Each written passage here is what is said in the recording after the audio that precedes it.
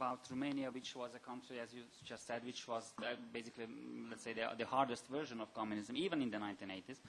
I just wonder, maybe this could be a good topic for future scholars and students of the whole issue to compare these two countries, like Romania and Hungary, which makes this very striking outcome that everything is absolutely different, and the mild option, the mild version of lustration, or the attitude towards lustration is the same. Well, Hungary was the softest version of communism, as opposed to the hardest version in Romania.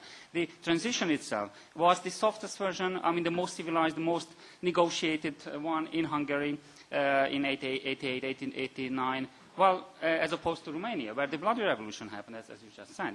So, and still, as far as we come to lustration, it's really a very, very similar approach by the political elite. And of course, it's beyond the scope of this conference. It's too bad there is nobody from Hungary and as an expert to talk about that, maybe about the real causes of that. But actually, I think it's a very interesting, topic for comparison.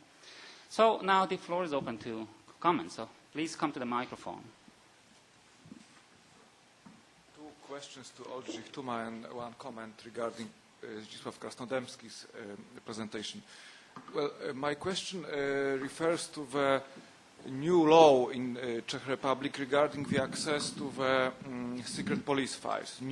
Relatively new law, as far as I know. It was passed in 2004, and to my knowledge, this law gives the unlimited access to these files. Basically, everyone can get the file of everyone else without any restrictions. And probably this is the most liberal, the most open regulation in all the countries of in all the post-communist countries. How does this system work in practice? Did it provoke a lot of public interest? And the second question is, I heard that the new institution in the Czech Republic is being created, which would deal with the communist past, a similar one to the Polish Institute of National Remembrance. Could you tell us something about this new undertaking? And my comment to Professor Krasnodębski's speech, basically I disagree with your many statements regarding the politics of history, but I will speak about it after lunch, so I will not elaborate too much. Right now, I only want to say that I can't agree with your statement that only now, for the first time, the commemoration of Katyn massacre was organized with the participation of the president. I would remind you that in the 90s, the war cemeteries were opened in Miednoje, Katyn, Kharków, those places where Polish officers were buried, and a lot of public coverage was given to these ceremonies. A Polish president took part in these ceremonies, not in a very dignified way, as we know, President Kwaśniewski, but this is a different story. It was covered by... Private TV covered his behavior, and public TV. There were always problems with public TV in Poland, and even then, public TV did not show President Kwaśniewski, who, let's say, behaved not in a perfect way.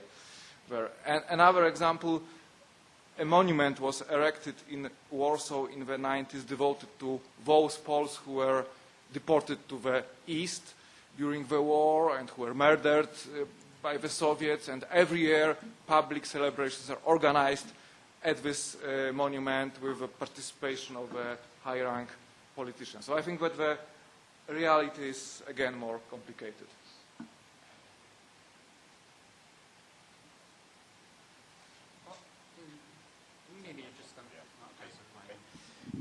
Okay, so the first question, but in fact you answered it by yourself, so that's true. So there is, since I think 2005, there is a valid law about archives, and it really gives an completely unlimited access to all documents, not only of state security, but of Communist Party and other organizations of the old regime, without any restrictions, even without the protection of personal data. So otherwise in Czech archival law there is a quite wide protection of personal data, but it doesn't apply for this kind of documents. In fact, there was a certain development. I would say it was a gradual development, 97 or something like that.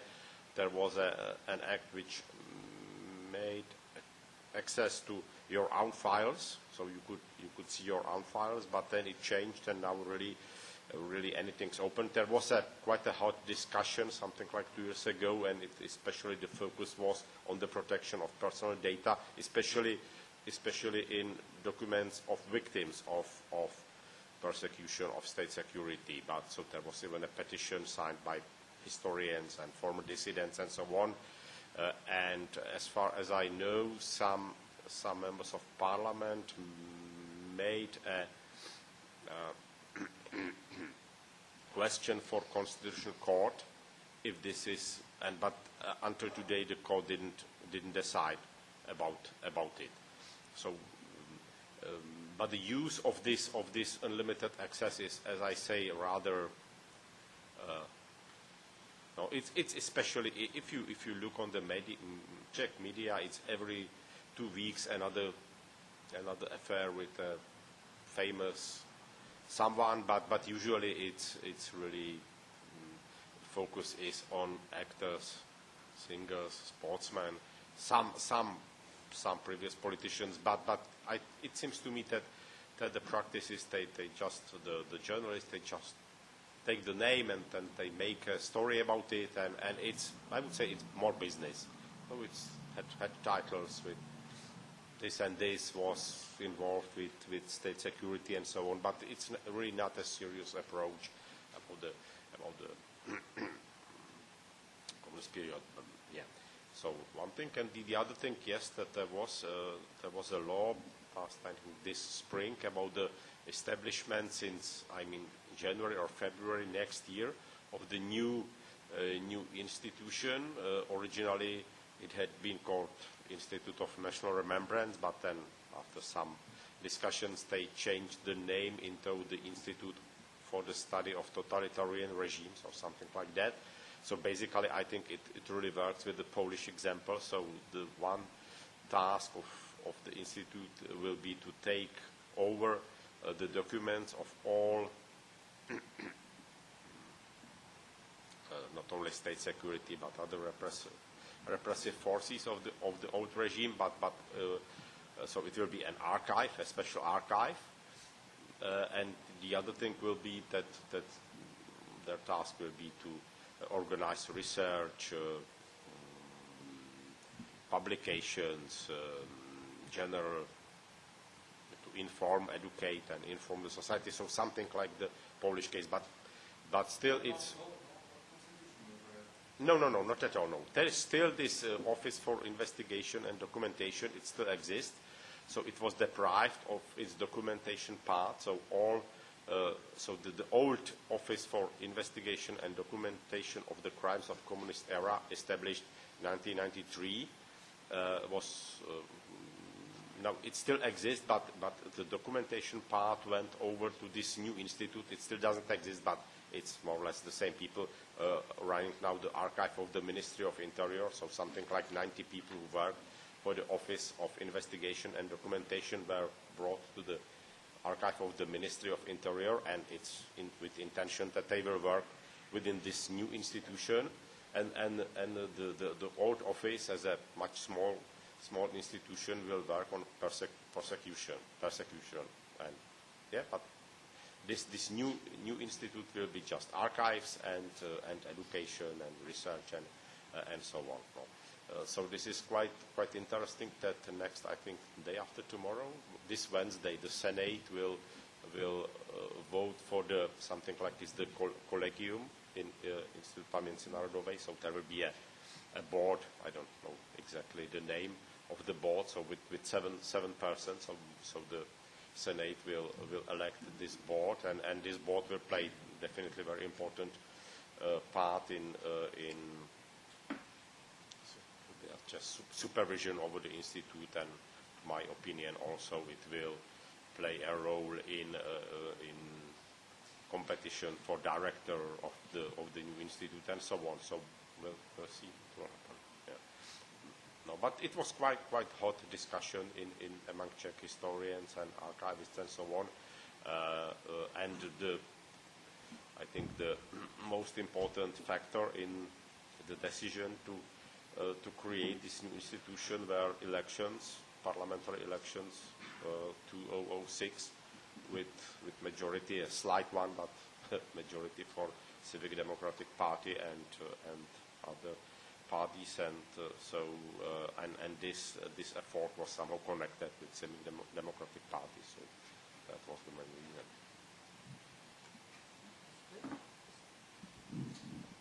May I answer to the comment? Okay. Would you like to answer right now? No, yeah. I'm allowed. One by one. I didn't. I think there was a sentence in my paper when I stressed that, of course, the reality is more complicated, and all these events I mentioned were commemorated before. So I agree with you, but I think also that there was a really qualitative change in recent years, and I think everybody who really observed this as must have to acknowledge it. Yeah, just to mention that just this gesture by President Kaczynski to promote the officer killed in Katyn. It's a very simple but very moving gesture, and that all the names of the victim were read in the publicly and so on. For me it's astonishing, I must say, that no Polish historian, wrote a book about it. The film about Katyn is made just one. So this is the questions why Wajda made this film, as his father was. Yeah, but not. What is the monography? There were many. There's many work was done, but really this is the same like with the Warsaw Rising. Of course, there was a monument and so on, but the museum was opened up 2004. And really, I am myself really astonished how big is the change, how deep is the change. The idea to give the order to the people from Solidarność who are neglected, like Gwiazda or Walentynovich. Besides, we can quarrel about their role. But it's a general. You cannot say it didn't change anything. No, it as really a change as deeply. And the question which is now as open up. This is the question if the Republic of Love will pursue this.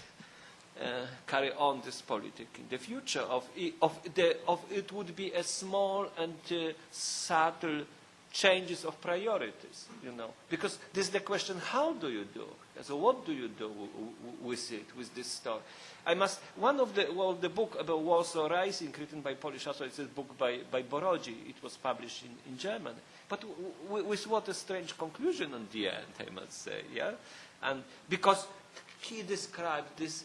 So probably what is the more acceptable from German side is a very irrational and so on. On the end is a political conclusion. It is used as a legitimation for the round table negotiation. You have to avoid this tragedy and so on and so on. So it's very.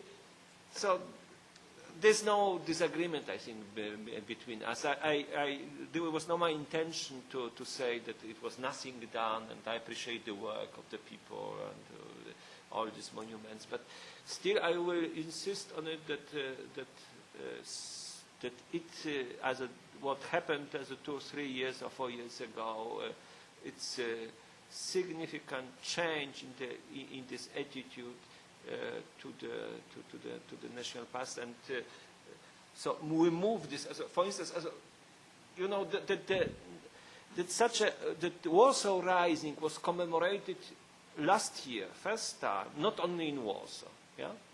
So it's a very or that we have that now there's the idea to build up Museum of National History. And I was a couple of months ago in Battery Foundation, and we had always to defend this, defend this idea, because there are still among us the people who say, okay, what is the politics of history? It is not in competence of state, And you look around, I am living in Germany, you look around, you know what is Preußische Kulturbesitz, you know how many the state, through foundation and so, invest in the history and the politics of history. Not, probably not in negative attitude, but just to preserve as a memory. So it's, so once again, I would say, you cannot deny that something has changed, and we will see what will happen in future.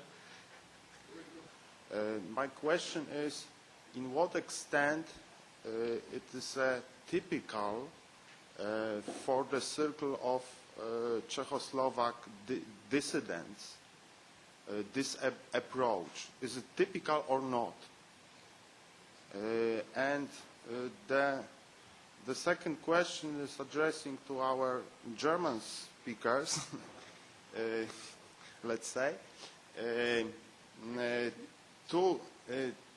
2 years ago, probably, I'm not sure, KlausBattlin book, The Long Shade of the Third Reich, how the Germans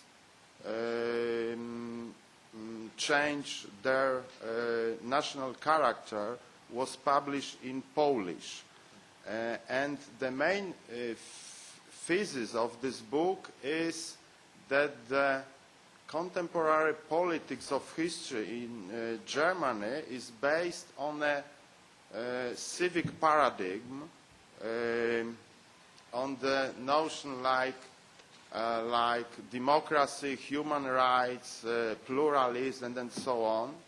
And my question is there any alternative for this approach in Germany?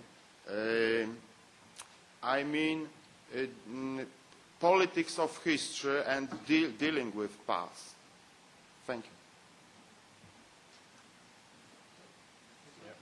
Short answer, yes. I would say this is quite typical for the mainstream of the dissent of Charter 77. Of course, they were of course different. They were different groups and different opinions. So especially the younger people and much more radical opponents of the communist regime, who were more and more important in late 80s, wouldn't agree with this. But more or less what Havel several times said about the lustration law, I would say would be typical, especially for those who were formerly communists and were expelled from the party after 68, which was not the case of Havel. Havel never was member of the Communist Party. But yes, I would say this is more or less typical, but of course there are a variety of different opinions. Thank you very much. Professor Wesch, would you like to comment? I think or I'll maybe probably ask you to answer first, because I really don't know the book, but I just heard that it probably was only published in Polish.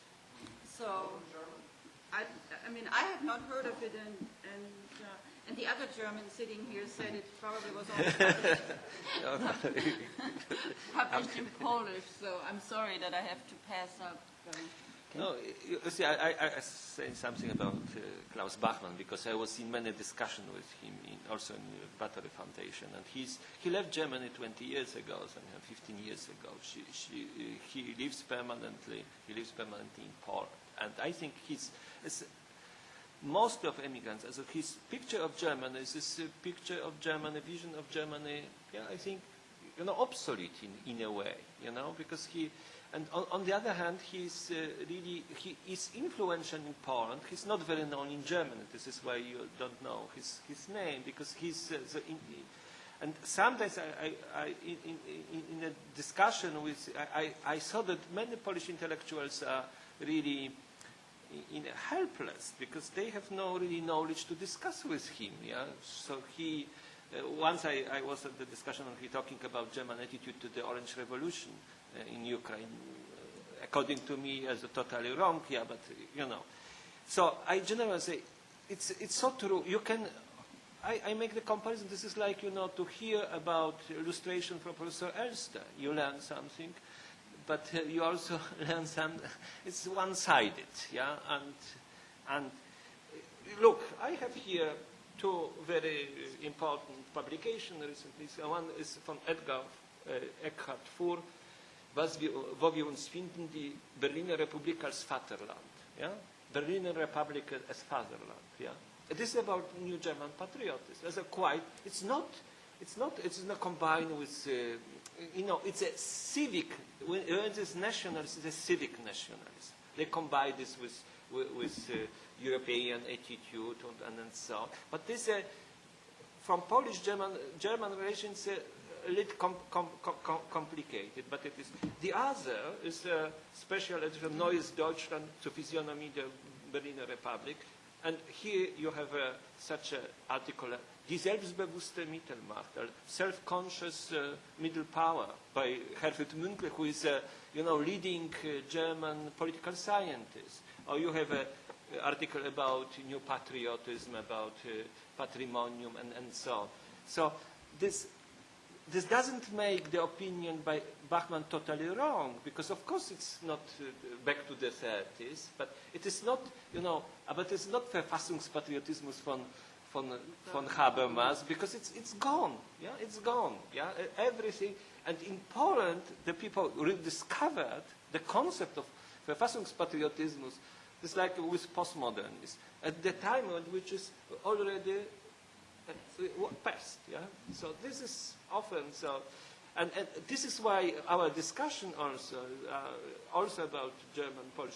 We are very divided in Poland about this topic because many people just cannot accept the fact that something changed. You can see this. You please go to Bonn, walk through Bonn, and then go to Berlin and walk through Berlin and the center of Berlin, and then you notice the difference. Can I say something anyway? Also, I don't know the book. Particularly now that I have a little bit more background, I think it has to do with generations. If he left Germany 20 years ago, then, he has a vision of Germany of 20 years ago. I also think, and of course, I'm not a 68 person. I'm just a little bit too young, but I was heavily influenced by it, and I got my degree in Germany and so on. But I also think that this development after 1990 toward a more, self-assured middle power, I think is a healthy one. You cannot live forever being a central power in Europe and not be involved. So in that sense, I think to me, and you may say, this is my, my German perspective, but to me, it was overdue to move toward, a more active foreign policy and to create some sense of patriotism for particularly the younger generations, because, they cannot live forever with this. They live with the legacy, but I think, to me, it doesn't. One doesn't exclude the other. You can be aware of your past. It can be part of your national consciousness, and you can still be proud to be German, which 20 or 30 years ago was impossible. So I think that in that sense, I very much agree with you. There's a change. I may see this change maybe more positive than some others. Because I have not seen it as a new nasty nationalism, other than a few skinheads. But they exist, unfortunately. But they are not the mainstream. Thank you very much. We have one more question. Just picking up on the German-Polish issue, and I'm maybe still caught in the Cold War, and hopefully it's totally innocuous, my observation. But when you walk from the railroad station in the 80s to the center of the city of Düsseldorf, there was a Deutsches Osthaus. I can understand a museum like that in Düsseldorf, but I can't quite get comfortable with the idea there's a Schlesisches Museum in Görlitz, in Rump, Schlesien, so to say, and a Pommernische Museum in Greifswald, in Rump, Pomerania. It seems to be at least symbolically, sort of a step in the wrong direction. As innocent as it might be, and under the circumstances of Europe now, hardly anything to be concerned about, but it's just a symbolic, a symbol there that needed an observation. Again, this is really my personal opinion. If it were accompanied by new claims on old territory, on nationalism, then I would be very much bothered by it. But as a commemoration of Germany's history, I mean, it was part of Germany at some point, and you cannot ignore that past. I mean, history, we need to look at all aspects of history, and we cannot just exclude certain parts of it because they're politically not correct or advantageous. I mean, I think it's about how you do it. I think it's at least as important.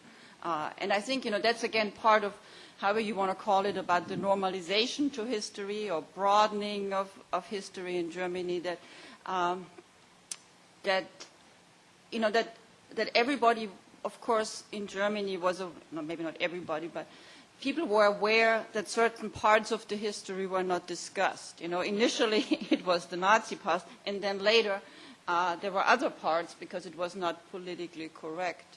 And I think now we are coming toward, a more balanced view, hopefully. And as I said, it's not so much that there is a museum, but I would have to see whether what they present bothers me. It's the content of the museum and how they present it. If they present it as part of history that is past, is done, then I don't have any problems. If they, pursue it as an agenda of people who were expelled, then I would be very much bothered by it. So. But it is a mistake in a German province where 15% of the voters vote NPD. Yeah, but I think that has other reasons. Sure. Yeah. Yeah, I think that I see this small dialectic. So that means that on one hand, I agree with you that there are some inevitable tendencies which are, when I talk with my students, it would be irrational to say now you are guilty or you. So this is a kind of new patriotism. They are very proud on the achievement, democratic achievement, and so. What a elite concerns me. There is a very uncritical attitude now. That 2 weeks ago I had a discussion with my students about concept of liberal democracy, and we talk about John Rawls, and I asked them, is Federal Republic just country? And they say yes. Yeah. So it's a very, this is a great achievement. When I asked this question to my Polish students, they would say, okay, no, Third Republic, and so they identify very, very strong. This is as one, and they became sometimes they are very uncritical. So they identify, for instance, European position with own position of the own government. So actually refusal to discuss in Germany about the voting system in European Union. It's not only the political level, but also, on the level of academia. And then the problem is, there's a clash that for East Europeans, the war ended 1989. So, because we are affected by the war, our generation. So, for us, for Poles, it's very difficult, to realize, in a way, in this new German patriotism is based on that the Nazi past it's not forgotten, but it is, in a way, it's closed, yeah? And it is very difficult to close the past, the Second World War in Poland, because we just started the discussion. And when we open up the Museum of the Warsaw Rising, it's annoying, because on one hand you have to accept. I was in the conference then, and with the German youth, and they have to accept this. But on the other hand, it's a little irritating, because that means the Poles are back in the history, in this history, yeah? And why to build this up? So there's a kind of, we are in different epoch. Then the third, of course, they are in German. There are different Germans. They are not only, there are different Poles. Of course, there are many. They are conservative German. They are nationalist German. They are still member of parliament. The Karl Friedrich Fromme, they say, Deutsches Reich still exists in the. He's a member of a parliament. So in the former border, even the border. You just remember, German accepted the Polish border and the Western border, 1990. Yeah, so it's not far, and such. I don't believe that Frau Steinbach and so. So I would say there is also such a kind of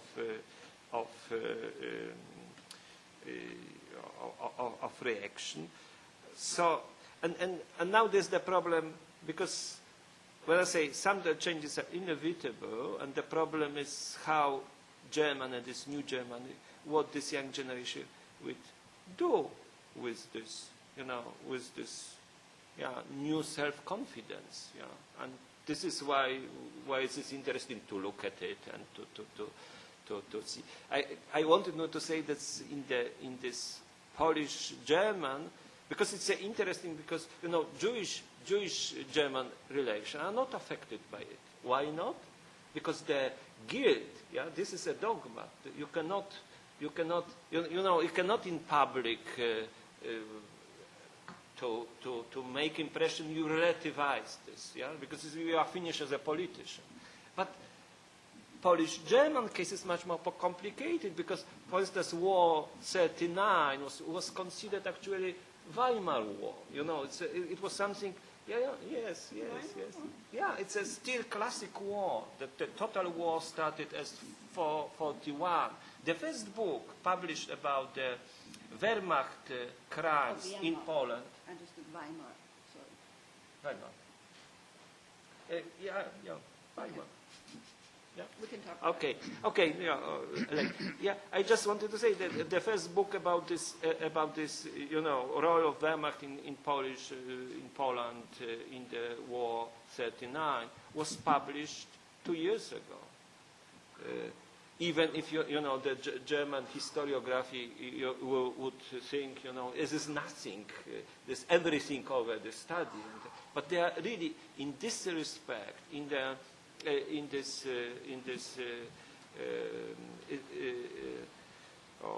attitude to Central Europe, and especially a little to Czechoslovakia, because Czechoslovakia, Poland and Czechoslovakia are in different positions than the other countries, because we are on the side of allies, not on the side of Adolf Hitler, and in Poland, occupation was, of course, very brutal. So, thank you. Okay, thank you very much. Well, John, can we have one more short comment, or maybe just in that one? Yeah?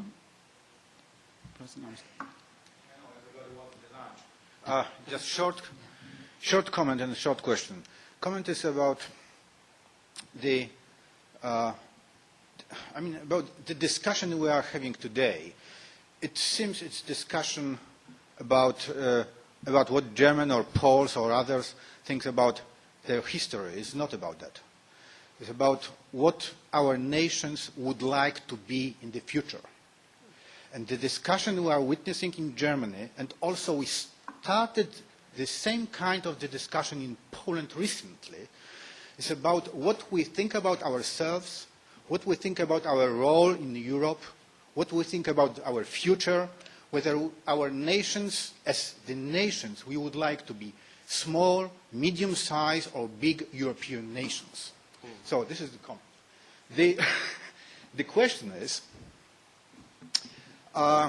to all panelists, what would you think, and not to be answered today,